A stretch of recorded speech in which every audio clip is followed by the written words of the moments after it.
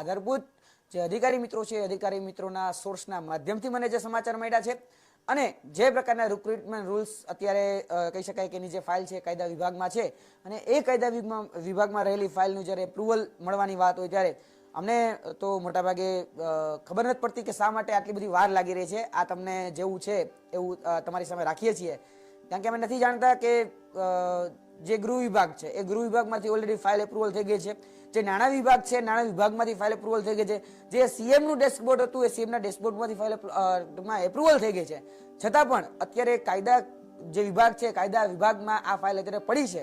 પણ શા માટે એ દબાવી રાખવામાં આવી રહી છે એના માટે અમારી પાસે કોઈ તાર્કિક કારણ અથવા તો બીજું કોઈ કારણ એ અમારી પાસે ઉપલબ્ધ નથી, એટલે એના વિશે અમે નહીં કહી શકીએ કે શા માટે આટલું બધું ડિલે થઈ રહ્યું છે. પણ ક્યાં બદલાવો આવી શકે છે એના ઉપર આજે મારે તમારી સાથે ચર્ચા કરવી છે. સંભવતઃ જે બદલાવોની વાત હું આજે જે કરવા જઈ રહ્યો છું, જે લોકો ખાસ કરીને પોલીસ કોન્સ્ટેબલની જે તૈયારી કરી રહ્યા છે એ દરેક વિદ્યાર્થીઓ મિત્રોને આ વિડીયો છે એ વિડીયો ઉપયોગી થશે. અને જે પોલીસ કોન્સ્ટેબલની જે ભરતી છે એ પોલીસ કોન્સ્ટેબલની ભરતીમાં જે લોકો ભૂતકાળના જે ફિઝિકલ ગ્રાઉન્ડના જે ક્રાઇટેરિયા હતા અને એ ક્રાઇટેરિયા પ્રમાણે જો તૈયારી કરતા હશે, ફિઝિકલની વાત કરી રહ્યો છું, જે 5 કિલોમીટર રનિંગ જે ક્રાઇટેરિયા હતા જો એ પ્રમાણે રનિંગ કરતા હશે તો હું એવું માનું છું કે એ લોકોને સૌથી વધારે અત્યારે આ જે નવી પરીક્ષા આવવાની છે એ નવી પરીક્ષામાં ફાયદો થવાનો છે. એટલે ભૂતકાળમાં જે ફિઝિકલના જે ક્રાઇટેરિયા હતા એ જ ક્રાઇટેરિયા પકડી અને તમારે તૈયારી કરવી જોઈએ અને એ જ મોટા ભાગે અનચેન્જ બરાબર છે રહેવાની સંભાવનાઓ છે.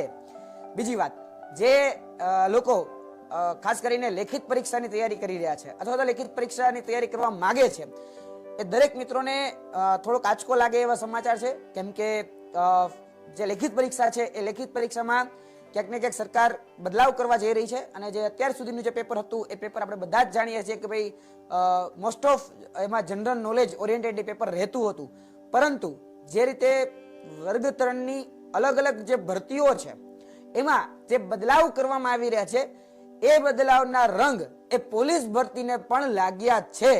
એટલે જોવા જઈએ તો સંભવતઃ એમાં એટલે કે પોલીસ વિભાગની જે લેખિત પરીક્ષા છે બરાબર છે, આપણે જેને પ્રિલિમિનરી ટેસ્ટ કહીએ છીએ, માફ કરજો, એ પ્રિલિમિનરી ટેસ્ટ એ બે વિભાગમાં છે, વિભાગ એ અને વિભાગ બી. વિભાગ એ નો જો ક્રાઇટેરિયા જોવા જઈએ તો એ વિભાગ એ નો ક્રાઇટેરિયા છે એ 80 માર્કનો અને વિભાગ બી છે એ વિભાગ બી નો જે ક્રાઇટેરિયા છે એ 120 માર્કનો રહેવાની સંભાવનાઓ છે. એટલે પેપર એ અને પેપર બી બરાબર છે, આ બંને એ તમારે ધ્યાનમાં રાખવાનું છે. મને થોડોક ડિજિટલ બોર્ડ છે થોડોક ઉપયોગ કરતા ઓછો આવડે છે, પણ તમે બધા જાણો છો કે ભાઈ મારું જે કામ છે એ તમારા સુધી સચોટ માહિતી પહોંચાડવાનું છે, તો હું આશા અપેક્ષા રાખું છું કે તમે નોટ પેન લઈ અને હું જે માહિતી આપી રહ્યો છું એ નોટ ડાઉન કરી રહ્યા હશો, જેથી કરીને તમે જે તમારો જે તૈયારીનો તમારું જે સ્ટ્રેટેજી હશે અથવા તમારું જે ટાઈમ ટેબલ હશે એ ટાઈમ ટેબલ તમને જે તમારું 8 કલાકનું કે 9 કલાકનું ડેલીનું જે શેડ્યુલ હશે એ પ્રમાણે તમે સેટ કરશો એવી આશા અપેક્ષા છે. એટલે જે પ્રિલિમિનરી જે પરીક્ષાની વાત કરી રહ્યો છું એ પ્રિલિમિનરી પરીક્ષામાં સંભવતઃ પાર્ટ એ અને પાર્ટ બી, પાર્ટ એ 80 માર્કનો, પાર્ટ બી એ 120 માર્કનો. પાર્ટ એ જે છે એટલે કે વિભાગ એ જે છે એ 80 માર્કનો જે છે એમાં 30 માર્કનું મેથ્સ, 30 માર્કનું રીઝનિંગ અને 20 માર્કનું ગુજરાતી. જી હા, આ જે હું વાત કરી રહ્યો છું એ પોલીસ કોન્સ્ટેબલના પ્રિલિમિનરી પરીક્ષાની હું આ તમારી સમક્ષ વાત કરી રહ્યો છું. જી હા, ઘણા બધા વિદ્યાર્થીઓને સાંભળીને આંચકો લાગ્યો હશે, પણ એ હકીકત છે કે આ જે અત્યારે તમારી સમક્ષ હું આ માહિતી આપી રહ્યો છું એ સત્યતાની ખૂબ નજીક છે બરાબર છે, સત્યતાની ખૂબ જ નજીક છે. અને સંભવતઃ જે આજે બાબતો આપણે જેની ચર્ચા કરી રહ્યા છીએ એ જ ક્રાઇટેરિયાઓ તમારા માટે પ્રિલિમિનરી પરીક્ષા માટે રહેવાના છે. એટલે 30 માર્કનું મેથ્સ, 30 માર્કનું રીઝનિંગ અને 20 માર્કનું ગુજરાતી, જેમાં કોમ્પ્રિહેન્શન ગુજરાતીમાં આપણે જો વાત કરીએ તો ગદ્યાર્થ ગ્રહણ, પદ્યાર્થ ગ્રહણ, ફકરામાંથી એના જવાબો આપવા, આ રીતેના જે પ્રશ્નો હોય છે એ 20 માર્કના એ તમારે રહેવાની સંભાવનાઓ છે. એટલે પાર્ટ એ એ તમારું મેથ્સ અને રીઝનિંગ જે ઓલમોસ્ટ જોવા જઈએ તો 60 માર્ક એ તમારા કવર કરી રહ્યા છે. એટલે મેથ્સ અને રીઝનિંગમાં ઘણા સમયથી તમે આદરણીય હસમુખ પટેલભાઈ હોય, હસમુખ પટેલ સાહેબ હોય કે બીજા કોઈના પણ વિડીયો જ્યારે તમે નિહાળી રહ્યા હોય ત્યારે સતત એ ભાર મૂકી રહ્યા હતા કે મેથ્સ અને રીઝનિંગ અમારે એવા બૌદ્ધિક રીતે સક્ષમ વ્યક્તિઓ જોઈએ છે, તાર્કિક રીતે સક્ષમ વ્યક્તિઓ જોઈએ છે. જેટલા માટે આ જે સિલેબસો છે એ સિલેબસોમાં બદલાવ એ કરવામાં આવી રહ્યો છે. એટલે આ જે રીતે જોવા જઈએ તો 60 માર્કનું પેપર એ જે છે એ પેપર એ 60 માર્કમાં મેથ્સ અને રિઝનિંગ જે રહેવાની સંભાવનાઓ છે. આ મેથ્સ અને રિઝનિંગ જે છે એમાં માટે તમારે અત્યારથી તૈયારી શરૂ કરી દેવી જોઈએ. હું એક બાબતનું ક્લેરિફિકેશન હજી આપી દઉં છું કે ભરતી કેટલી આવવાની છે એની હું આજે કોઈ પ્રકારની ક્લેરિફિકેશન નથી કરવાનો, કારણ કે હું એવું સમજુ છું કે ભરતી એ જોવા જઈએ તો વેકેન્સી 1 ની આવે, 1000 ની આવે કે 10,000 ની આવે, તમારે જે જરૂરિયાત જે છે ને એ એક સીટની છે. એટલે આપણે બધા આજે આ એક સીટ માટે વાત કરી રહ્યા છીએ. એટલે આ એક સીટની જે હું વાત કરી રહ્યો છું તેમાં જોવા જઈએ તો મેં તમને પહેલા જ કહી દીધું છે કે હું આજે એ 8,000 ની વેકેન્સી આવશે, 10,000 ની આવશે, 12,000 ની આવશે કે 17,000 ની આવશે, આની ઉપર હું આજે ચર્ચા નથી કરવાનો. અને ક્યારે આવશે એ જોવા જઈએ તો થોડું ઘણું કાયદા વિભાગમાં ક્યાંક ને ક્યાંક આટીગુટીમાં અત્યારે ફાઇલ પડી છે, તો કાયદા વિભાગની જે આટીગુટી છે એમાંથી સોલ્વ થઈ ગયા બાદ એ આવશે. પરંતુ જોવા જઈએ તો સરકારની જે રીતે મનસા છે અને સરકાર આ પોલીસ ભરતી બાબતે, હું જસ્ટ આજે પહેલા પોલીસ ભરતી બાબતે વાત કરી રહ્યો છું, ત્યારે પોલીસ ભરતી બાબતે અને હું જ્યારે કોન્સ્ટેબલ ભરતીની વાત કરવા જઈ રહ્યો છું ત્યારે એ કોન્સ્ટેબલની ભરતી સરકારને એવી ઈચ્છા શક્તિ છે કે એને આ જે ચૂંટણી છે એટલે કે લોકસભાની જે ચૂંટણી આવી રહી છે એ લોકસભાની ચૂંટણી પહેલા આ ભરતી પૂરી કરવી છે. એટલે તમે સમજી શકો છો કે હું તમને કયા સંદર્ભે વાત કરી રહ્યો છું અથવા તો તમને શું સંદેશ આપવા માંગે છે, ગર્ભ સંદેશ છે અને સમજાઈ ગયો છે. એટલે ક્યાંક ને ક્યાંક એવી વિચારણાઓ અને ક્યાંક ને ક્યાંક જે રીતે એપ્રુવલો જે મળી રહ્યા છે એ એપ્રુવલો પ્રમાણે સરકાર 2024 લોકસભાની જે ચૂંટણી છે એ પહેલા જે ગૃહ વિભાગ છે એ ગૃહ વિભાગમાં પોલીસ કોન્સ્ટેબલની જે ભરતી છે એ મોટા પાયે પણ કરવા માંગે છે અને જે નવા જે ક્રાઇટેરિયાઓ છે એ નવા ક્રાઇટેરિયા પ્રમાણે કરવા માંગે છે. એટલે મેં તમને જે પહેલા વાત કરી કે ભાઈ સંભવતઃ જે પેપર એ, તો પેપર એમાં 80 માર્ક અને પેપર એમાં મેં બાયફેગેટ પણ કર્યું કે કેટલા માર્કનું કયા કયા વિષયનું વેટેજ હોઈ શકે છે, કયા કયા સબ્જેક્ટનું વેટેજ હોઈ શકે છે. ત્યારબાદ જોવા જઈએ તો પેપર બી જે છે એ 120 માર્કનું રહેવાની સંભાવનાઓ છે, 120.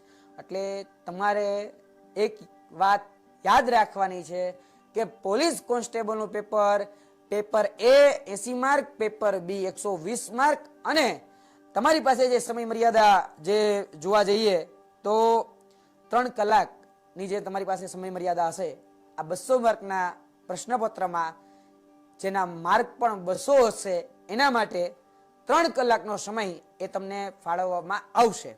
3 કલાકનો સમય. અને આ 3 કલાકનો સમય જે છે એમાં MCQ બેઝ ટેસ્ટ એ તમારો લેવામાં આવશે.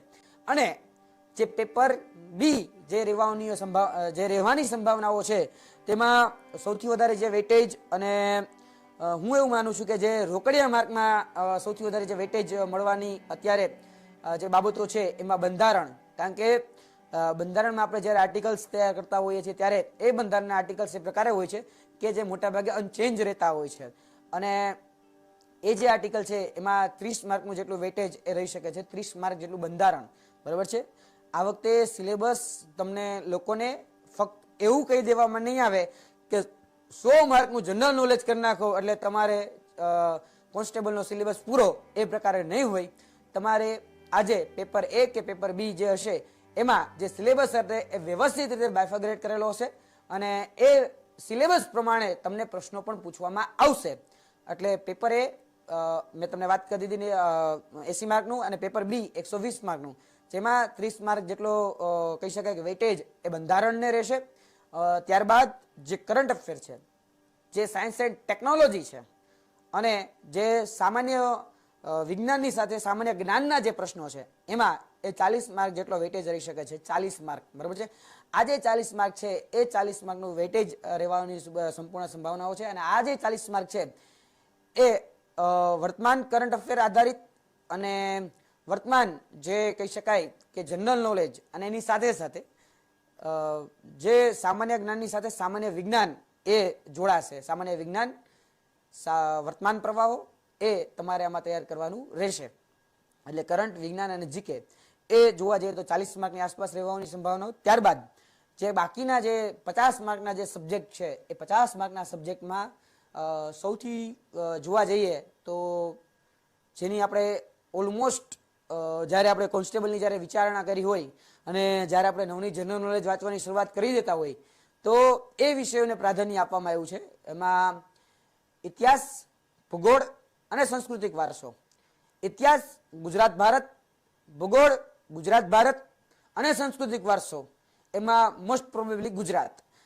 આ જે બાયફર્ગેશન છે એ તમને આવી શકે છે, એટલે એનું જે વેટેજ છે એ 50 માર્કનું રહેવાની સંભાવનાઓ. એટલે ફરીથી વાત કરું, પાર્ટ એ 80 માર્ક, મેથ્સ રીઝનિંગ 60 માર્ક અને જે બાકીના જે 20 માર્ક છે એ ગુજરાતી કોમ્પ્રિહેન્શન ટાઈપના જે પ્રશ્નો છે તે. અને પાર્ટ બી જેમાં જોવા જઈએ તો 120 માર્ક, બંધારણ જે છે એ નિયર અબાઉટ 30 માર્ક રહી શકે છે. ત્યારબાદ કરંટ વિજ્ઞાન અને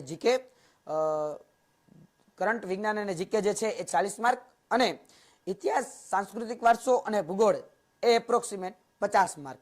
એની આજુબાજુમાં તમારું આ જે પેપર છે એ પેપર રહેશે. તેમાં તમને 3 કલાક જેટલો સમય મળી શકે છે અને 3 કલાક જે સમયગાળો છે એમાં 200 માર્ક અને 200 પ્રશ્નો એ તમારે એટેન્ડ કરવાના રહેશે. અને આ એમસીક્યુ બેઝ ટેસ્ટ રહેવાનો છે.